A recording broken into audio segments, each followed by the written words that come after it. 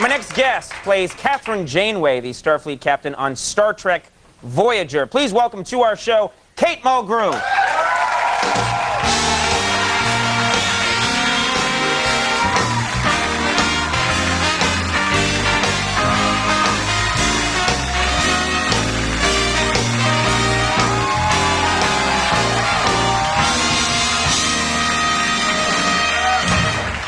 Very nice to meet you. Thanks for coming. I always watch this in such amazement. Watch what? It's TV a very show? hard job that you have. What, this job? Piece of cake. Talk show host? Very hard. They put these clothes on us, Andy and I come out here, babble for an hour, and the checks keep coming. So modest, but you're very charming. Oh, well, thank you very much. That was not a legitimate staring contest.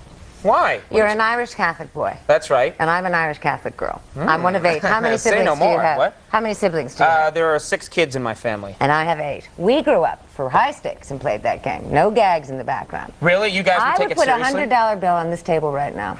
Really? I would give you a 2-minute time limit, and I would win. Well... Andy can do anything he wants.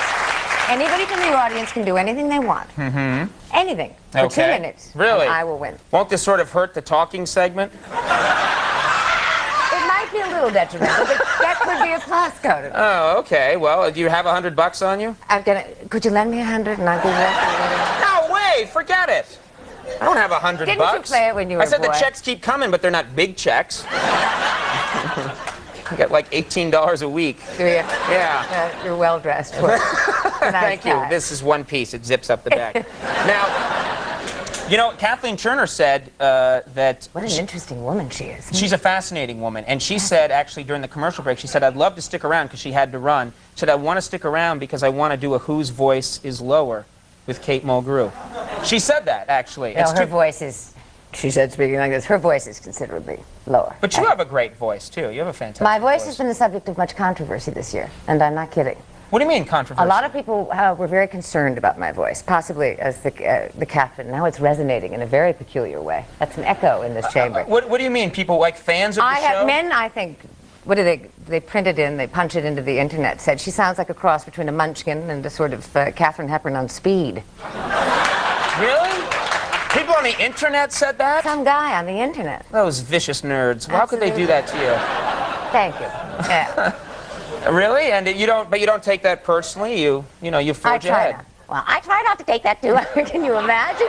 Okay, but on the subject, while we're on the subject... Are you kidding? That's a terrible blow. I know, it's a terrible thing to say. Munchkin and Katharine Hepburn on speed? And I'm trying to run a starship? Oh, really? It hurts with the commands, I guess. Yeah. Sort of a full speed ahead, let's go, work power. And the bun didn't help either, let me tell you. Scotty, give me more power. I know there's no Scotty on your show. No more Scotty. God bless his soul. Now, what makes you qualified, though, while we're on the subject, what makes you qualified to be a starship captain?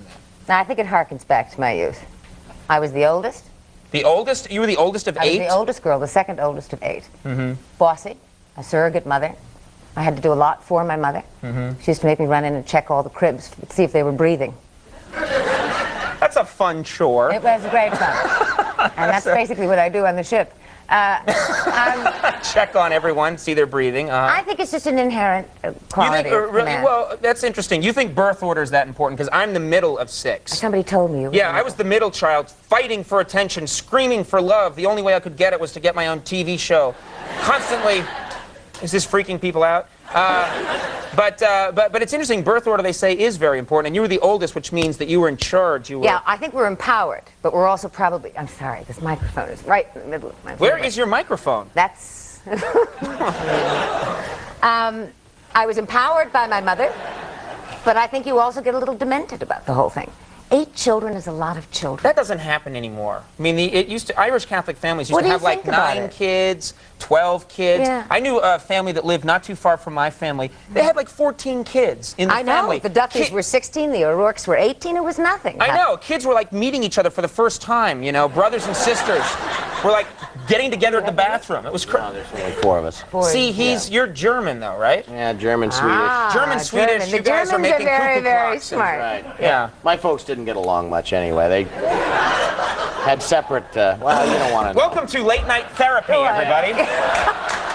There's a couch right here. We'll get started. This is helpful. I don't know what I think about the large family. I'm proud to be a member of it. But it's gone. It's not going to happen anymore. I'm not going to meet a woman who's going to let me have 11 Ireland children. lately? They're still doing it in Ireland? They're still having 11, 15 They're still kids? doing something, yes.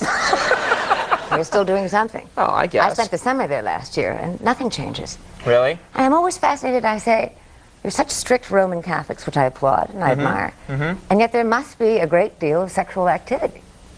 I think when there are 18 kids, yeah, something's going on, yeah. Something is definitely going on. I mean, I'm no scientist. But they won't discuss it, and they get very incensed. Oh, no, about it. no, Catholics I can't. won't be talking to you about that here. No, that's not what. Catholics can't talk about sex. I have women all the time come on the show and they start to talk about sex and they're coming on to me. It's an occupational hazard. And I can't handle it. It's happened once. Okay, it never happened. Are you married? But anyway, huh? No, I'm not married. Do you no. have a girlfriend? Yes, I do. Is it good? Yes, I am very happy with my girlfriend. Really? Is what good? Your relationship with your girlfriend. Oh, yeah, I think some people misinterpreted when you said, is it good? I think some nobody people misinterpreted it. Yeah, there was a guy. Nobody did. There was a guy who I think somebody misinterpreted. I thought. Would you say you're in love? Oh, no, let's not talk. I will not talk about my private life on the show. I'm Irish Catholic. I can't do it. But now he's going to turn it. Yeah, let's talk about your personal life. You in love?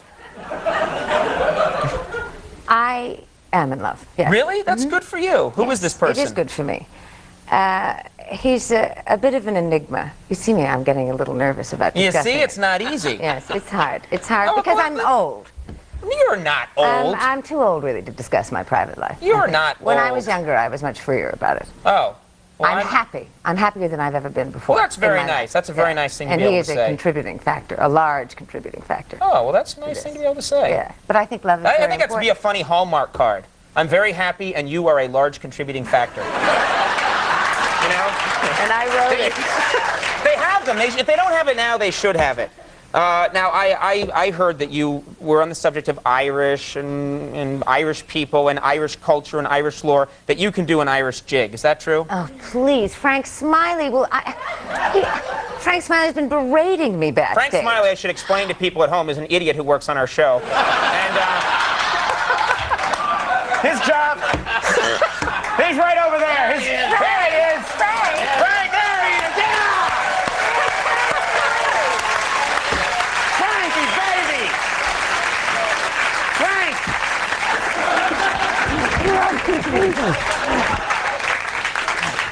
Anyway, Frank's job is to badger the talent, the guests that come on the show, into doing things they don't want to do and make them miserable. Is that Well, true? I thought it was pretty remarkable. We had a 45-minute conversation. This is a pre-interview, right? An hour and a half long. You know what I love is this is what Frank tells me. Oh, yeah, she wants to do the jig. Go ahead. I know. You did too, Frank, didn't you?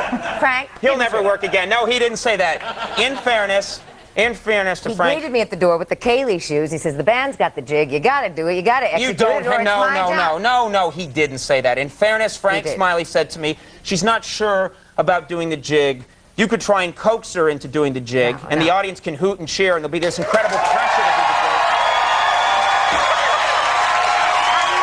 Doing the jig. Okay. There you go. All right. Wait a minute. We have a policy on this show, though. It's only fair. If the guest won't do the jig, I will do the jig. Oh, good. It's no good. I know it's gonna be crappy, but Max, I'll do the jig. Kate Mulgrew doesn't have to do it, and that way other talented people watching right now won't be afraid to come on the show. Come on, join me at least. No. What is he doing? Come on, is that how you do it? No. That's very good.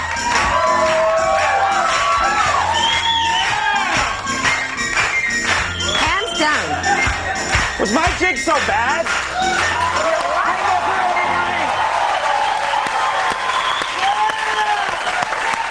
We'll take a break. We'll be right back with the suits. We'll see you in a second.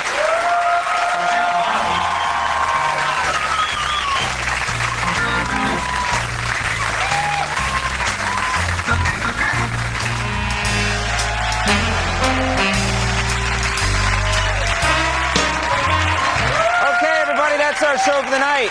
I want to thank all my guests. Kate Mulgrew, it was really nice to meet you. And thanks for the jig. thanks to Kathleen Turner. My thanks to the Suits for performing. Of course, Andy Richter, the Max Weinberg 7. Stay tuned for Later with Greg Kinnear. Greg's guest tonight is Michael Feinstein. Good night, everybody. We'll see you tomorrow.